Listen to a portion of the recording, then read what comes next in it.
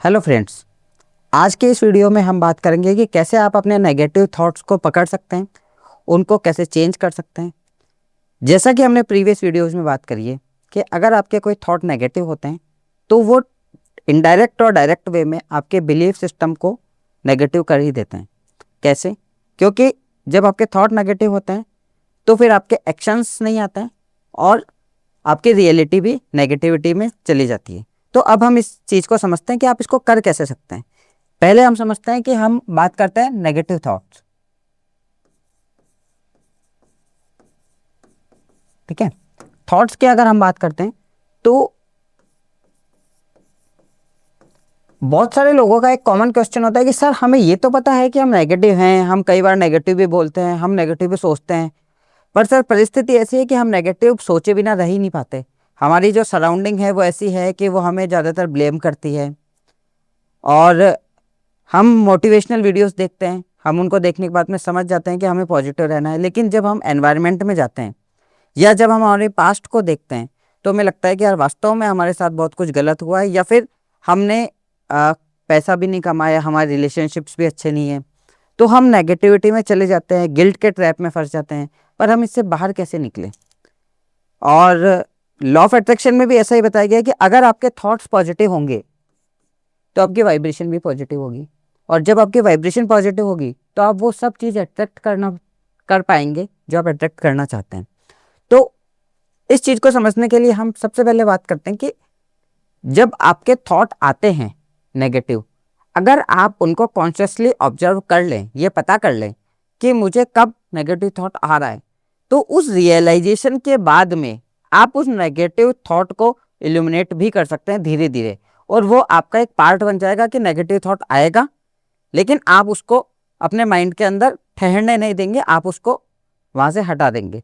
उसके लिए सबसे पहला पॉइंट है कि आपको कॉन्शियस होना पड़ेगा। अब कॉन्शियस कैसे हूं? कॉन्शियस होने के लिए इसको अपन यहां से ऐसे समझते हैं। मान लीजिए एक ट्रायंगल है, उस ट्रायंगल में तीन चीजें हैं। First one is situation, second one is thought, and third one जो है वो हो गया आपका फीलिंग्स। अब देखिए, सारा खेल शुरू होता है एक सिचुएशन से। आपके बिलीफ सिस्टम में कुछ ऐसी चीज़ें इंस्टॉल है, या आपका बिलीफ सिस्टम कुछ इस तरीके का है जो कि किसी किसी सिचुएशन को लेकर नेगेटिव है। जैसे आपने जॉब के बारे में सुना है कि जॉब बहुत मुश्किल से मिलती है, या आपने सुना है कि रिलेशनशिप को मैनेज करना बहुत ही क्रिटिकल है और रिलेशनशिप में आदमी बहुत पजल हो जाता है। तो जब आप ऐसे किसी सिचुएशन में आएंगे, मान लीजिए आप एक जॉब इंटरव्यू के लिए गए, तो जॉब इंटरव्यू की जैसे ही सिचुएशन आई, उस टाइम पे आपका एक थॉट ट्रिगर होगा। वो थॉट क्या ट्रिगर होगा? आपके बिलीफ सिस्टम में क्या है कि जॉब पाना बहुत ही मुश्किल है, तो आपका पहला थॉट क्या आएगा कि क्या मुझे यह नौकरी मिलेगी?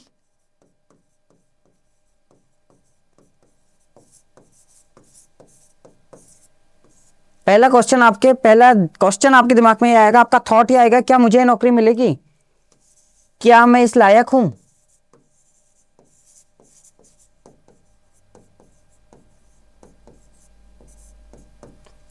और फिर फीलिंग्स आएगी डाउट की, फीलिंग आएगी इनसिक्योरिटी की। ठीक है, फीलिंग आएगी कि आप वर्ती नहीं है,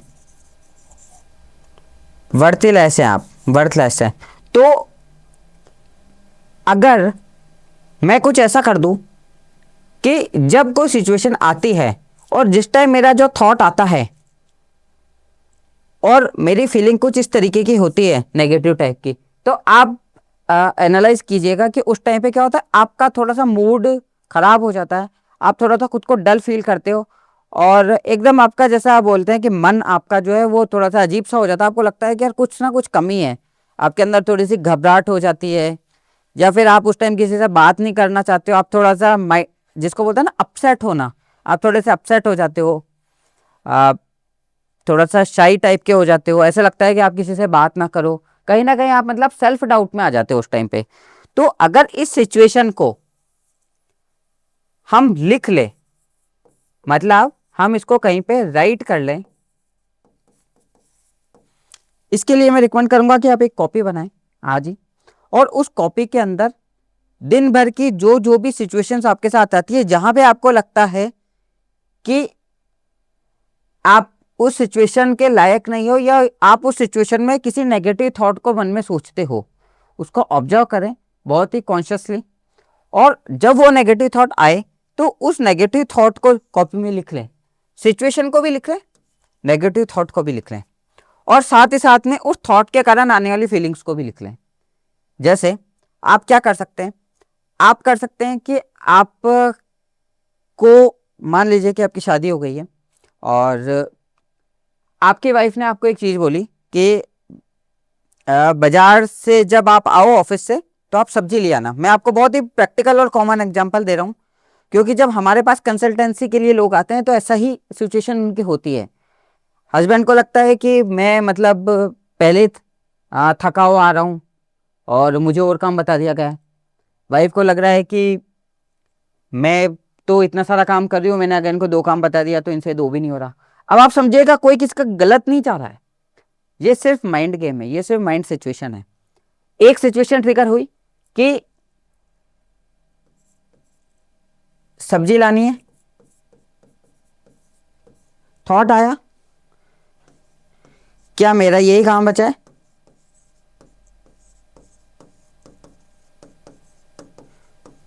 वह खुद क्यों नहीं कर लेती है।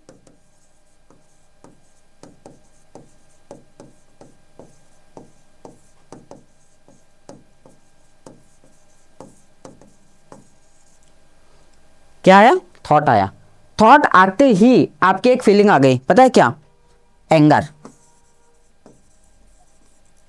आपका एक फीलिंग आ गई कि आपका ईगो क्लेश हो गया।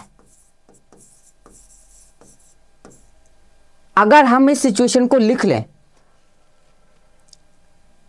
अच्छा एक और चीज की, जब आपकी फीलिंग आ जाती है ना, उसके बाद आपको ऐसा और लगता है कि यार उस टाइम तो आपको लगता है नहीं ये काम मैं क्यों करूं, लेकिन जब आप घर चल जाते हो, लड़ाई हो जाती है, तो फिर आपको रियलाइज होता है यार बात तो इतनी सी थी, ले आता तो क्या फर्क पड़ जाता। एंड आफ्टर डेट एक और गिल्ट आता है कि यार इतनी सी चीज में मैनेज नहीं कर पाया, मैं ऑफिस में इतना सारा काम मैनेज कर रहा हूँ, एक तरफ से मैं ऑफिस को संभाल रहा हूँ, बिजनेस कर रहा हूँ या जॉब कर रहा हूँ, बहुत सारी चीजें मैं संभाल रहा हूँ, और इतनी सी चीज को, इतने से पॉइंट को मैं हैंडल नहीं कर पाया। आपके साथ ऐसी सिचुएशन भी आ जाती होगी कई बार। तो पर नेक्स्ट डे फिर जब ऐसा होता है तो वापस से वही फीलिंग, वापस से वही थॉट, और वापस से वही लड़ाई। क्या ये रिजॉल्व हो रही है? ये रिजॉल्व नहीं हो रही। क्यों?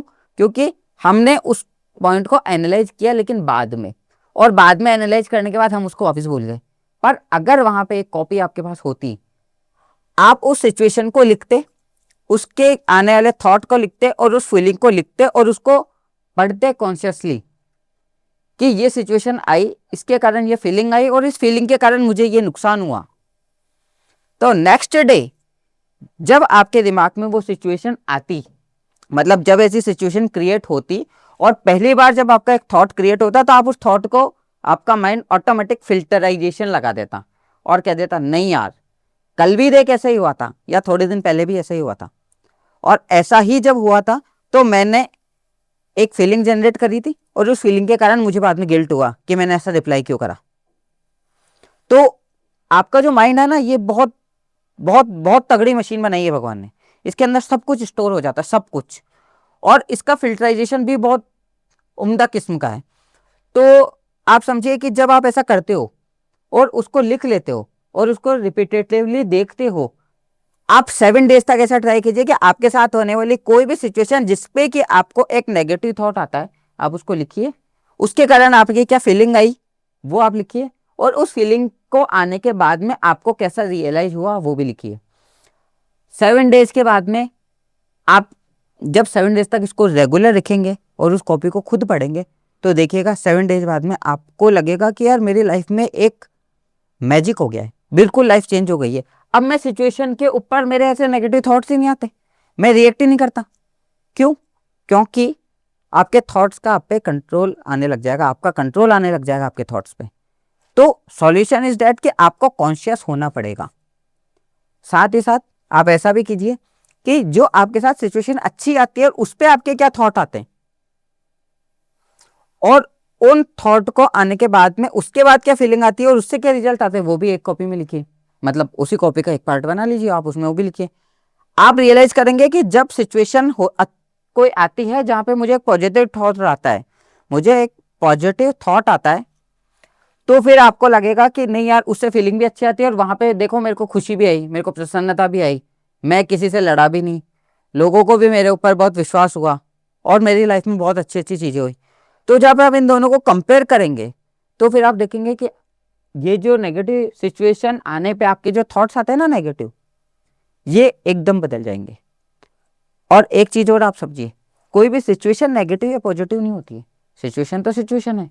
मान लीजिए आज मेरे कोई ब्रदर हैं, उनकी आदत है तेज चिल्लाने की, तो मेरा बस नहीं है उन पे बदलने का, मैं उनको नहीं बदल सकता हूं। आज अगर आप मेरा कोई पेशेंट आता है जो कि बहुत एग्रेसिव होता है, तो मैं मेरे पेशेंट को नहीं बदल सकता हूं। लेकिन व्हाट आई कैन डू कि मैं उस सिचुएशन को फिल्टराइजेशन लगा के हैंडल करने की कैपेबिलिटी अपने अंदर जनरेट करूं। इसी तरीके से आपका कंट्रोल सिर्फ आप तक है, ना आपके बच्चे पे है, ना आपकी वाइफ पे है, ना आपके भाई पे है, ना आपके कलीग्स पे है, ना आपके एम्प्लॉय पे है। आपका कहीं कोई बस नहीं चलता, आपका बस चलता है सिर्फ आपके थॉट पे। सिचुएशन तो जो आनी है वो आएगी ही आएगी। अब इस सिचुएशन पे आपका थॉट कैसे रिएक्ट करे और कैसे रिएक्ट ना करे वो आपके हाथ में है, और वो इस कॉन्शियसनेस से आप कवर कर सकते हो। होप आपको मेरी बात समझ में आई होगी। और ये कॉन्शियसनेस लाने के लिए एक चीज और है कि आपको एक ऐसे एनवायरनमेंट में रहना पड़ेगा जहां पे आप सिर्फ पॉजिटिव एनवायरनमेंट में रहो और नेगेटिव बात ना करो, जिसके अंदर योगा आप थोड़ा सा करें, ध्यान करें, मेडिटेशन करें।